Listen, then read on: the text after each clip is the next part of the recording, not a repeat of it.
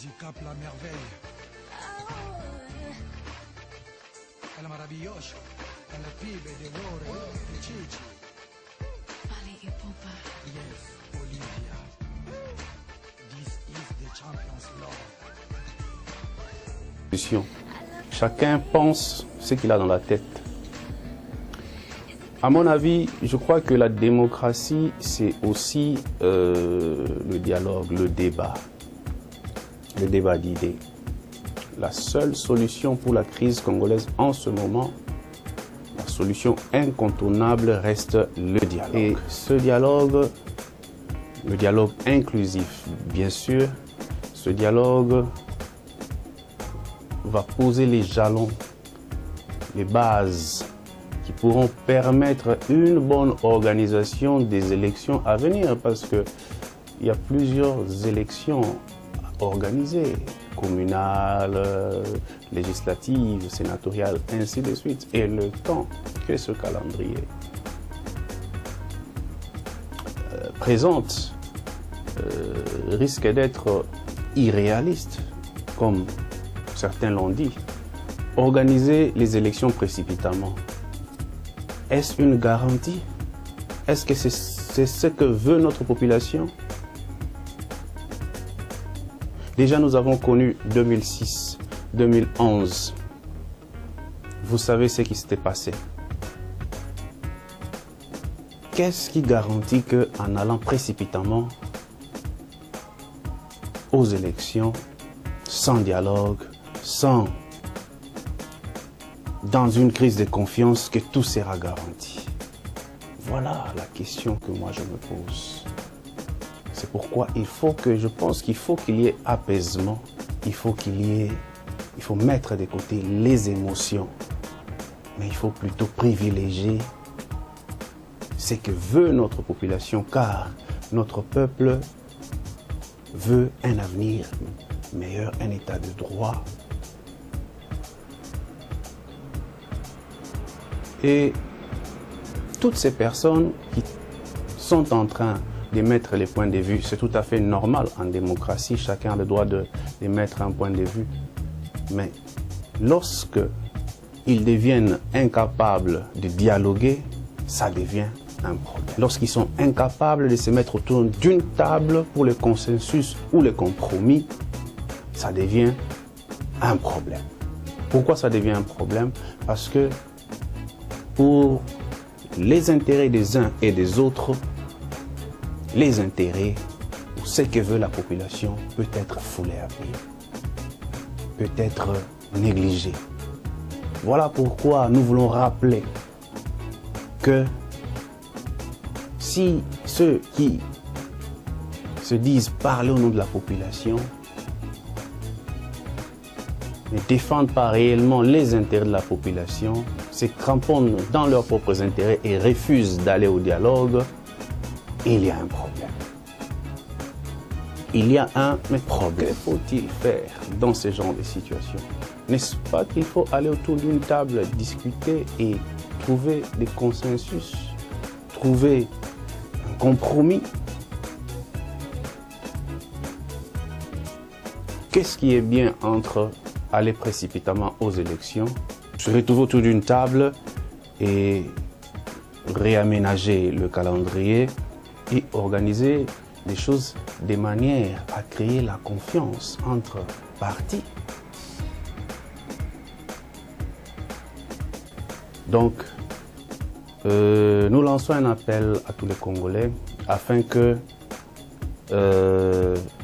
nous puissions tous réfléchir et que nous puissions tous réfléchir sur comment faire échec à tous les véreux, comment faire échec à toutes les personnes qui ne voient que leur ventre, qui ne voient que leurs propres intérêts, des gens inflexibles qui ne comprennent pas que la démocratie, c'est aussi le débat, c'est aussi le dialogue, l'échange des idées,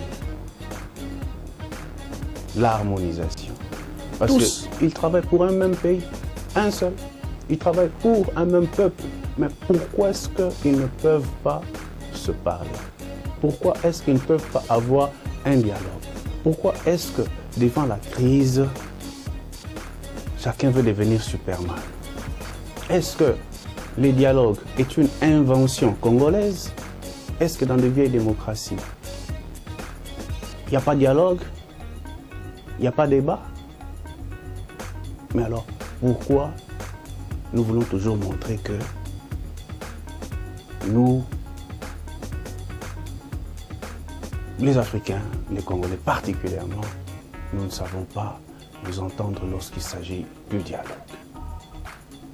lorsqu'il s'agit du débat.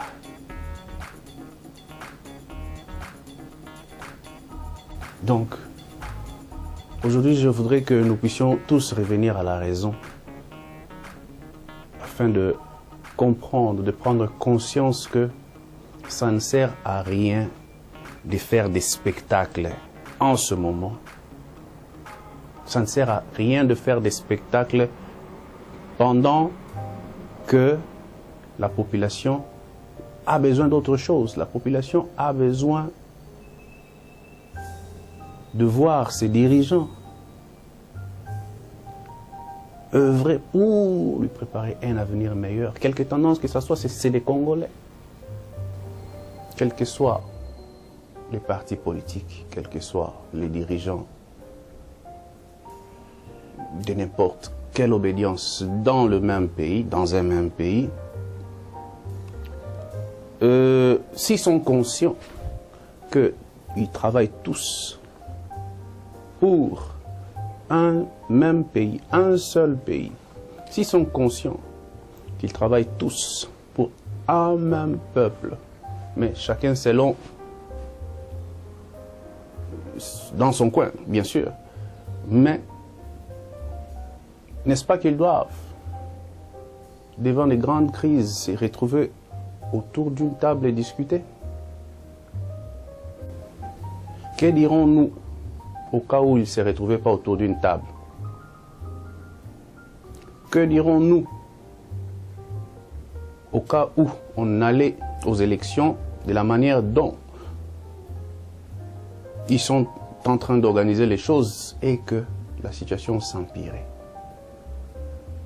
Que dirons-nous dans ces incertitudes d'un calendrier électoral à peine cousu, mais qui n'arrange pas tout le monde, puisque l'objectif pour nous est de trouver les voies et moyens qui pourront permettre de sortir notre pays de la situation dans laquelle il se trouve. On ne peut pas aller de gouvernement en gouvernement, de remaniement en remaniement, pendant que, en réalité, il y a une misère totale. Notre rôle, c'est aussi de donner notre point de vue, ce que nous pensons, afin que ceux qui sont là, ceux qui peuvent, puissent savoir orienter les choses de manière à ce que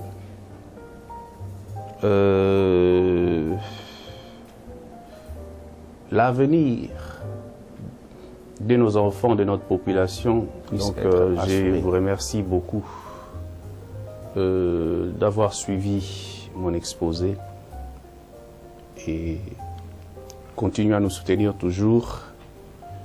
Et humblement, je vous dis merci et à très bientôt. Merci et à très bientôt.